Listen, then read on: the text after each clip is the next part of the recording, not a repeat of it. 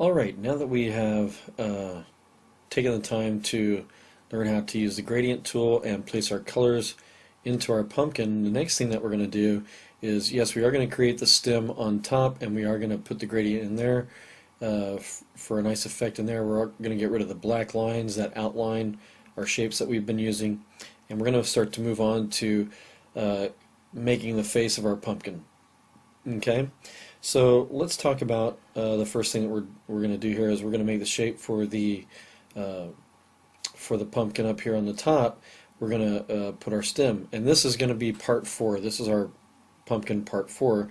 So we're going to make the stem, and then we're going to move to creating the face of the pumpkin and carving out our pumpkin.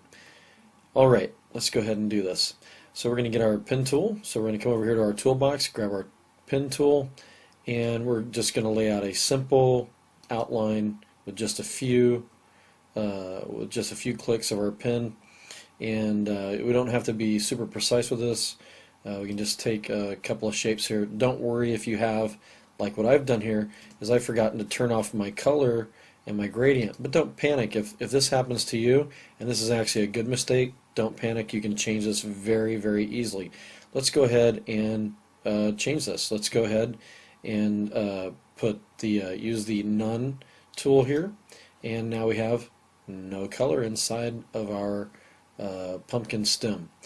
Alright, so let's go ahead and reshape this. Well, we're going to use the tool that we used before, which is our direct selection tool, and we're going to make sure that these anchor points are hollow so that we can select them and maybe move them around a little bit. I don't need them to be quite this low. We will, however, hide this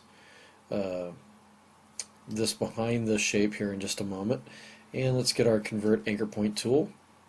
And now what we're going to do is select these shapes and bend them the way that we want. So I'm going to select and drag until I get the shape that I want. And we'll just pull this around this way. And I don't have to worry about the bottom here because it's going to be hidden behind when we start to work with this. Now I'm going to grab my anchor point here. And let's see how we do. Let's go ahead and shape this a little bit. If you make a mistake, I kind of like that little curve there. I'm going to leave it like that. And now I'm going to fill this with another color. So let's go ahead over here to our gradient tool. And the object or the shape that we've created is selected. So I can just come over here to my gradient tool and my swatches and pick 2 colors. So let's go ahead and get a nice dark green. I'm going to drag this upward to the gradient tool and just drag and drop. And I'm going to go ahead and select an extremely light green and drag and drop. And now I can get rid of these other paint buckets here that I don't want, so I'm going to just drag in a downward motion until it disappears. Same with the yellow paint bucket. And I'll slide these over all the way out to their edges and see what I come up with. And yes, I do like that because it's lighter on the left side and it's getting darker on the right. However, we can adjust this by moving the slider bars over a little bit to our left to see what we like. We can even make this a lighter green or a darker green. Something I didn't show you in the last part 3 of the pumpkin when I was doing the gradients is we can change the colors of these paint buckets, because we are limited here in the swatch palette to just these colors. So what if I want to make a lighter green and I don't have it in the palette, or a darker green and I don't have it in this palette? Well, how do I do that? Well, as you can see right up here, I've got a color selection of my most recent selection, and if I want to change that selection, I can take my cursor, select this paint bucket, and now you can see it appears right here. And of course, when it appears here, I can see the percentages and the sliders here for the color that make this with the CMYK. So the K is black, so let's add a little black and you'll see it change here. And you can see it visibly changing, and in the slider bar it's changing.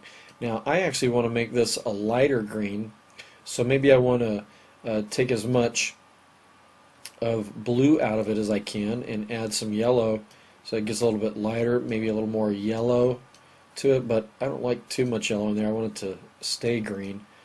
and maybe I want to add a little more magenta, see what happens there. It's a little too red, so go back. Maybe take a little bit of yellow out, and it gets a little more blue, a little more aqua. So I don't like any of those changes.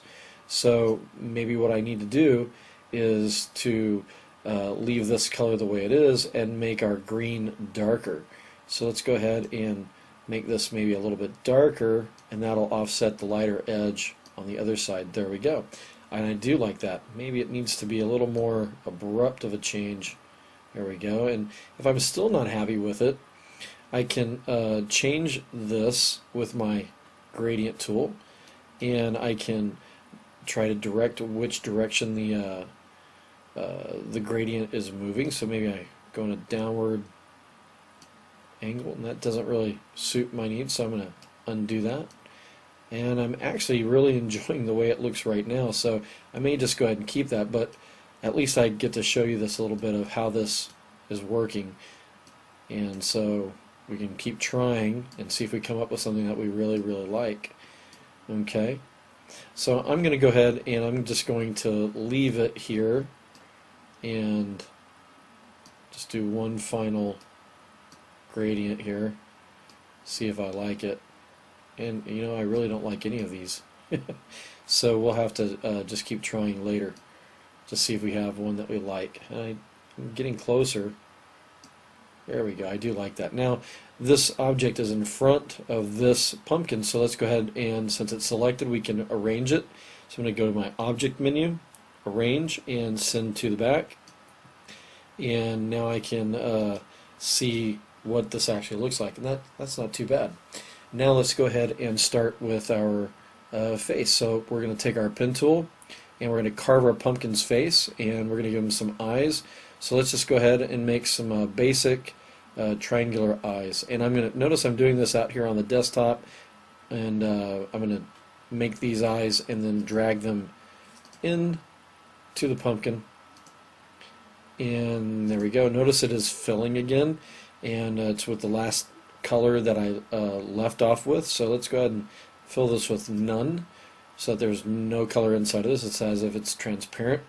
And now let's go ahead and take this and move it over to my pumpkin, and we'll just drag and drop. Now I've got a shape that I want to repeat because we want to keep the eyes the same shape or very close to it. So let's just do a copy.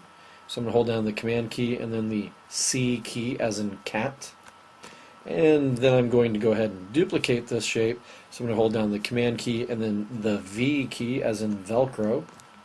And it duplicates it and places it automatically for me. And now I can bring this up to about the same level. And of course, I can now move these two around a little bit. And this, notice that this eye is tilted downward on this corner, and it's a little higher up on the right side. So let's rotate this, and I'm simply going to take my cursor, move it out from the anchor point a little bit till I see these two curved arrows, and slightly tilt it in. And maybe I want to move this out just a little bit more and maybe tilt it in just a little more, and that way I get a nice looking eye for my pumpkin. Notice that I can see through these lines and I can still see the pumpkin behind these two triangular shapes I made. So let's go ahead and take a look at that. That's pretty good. Let's go ahead and make a nose for my pumpkin. I'm going to take the pen tool again and just do a simple, maybe even a smaller triangle, and we'll just fill it here. And then we're going to take our cursor, selection cursor, and drag this across and hopefully place it right where we want it. And then of course next I would draw in the mouth. So we're going to stop here, and I'm going to continue on with another lesson after this. If you have any questions up to this point, please email me or see me in class so I can help you. And I hope this was a good lesson for you, and we'll see you at the next lesson. Good luck.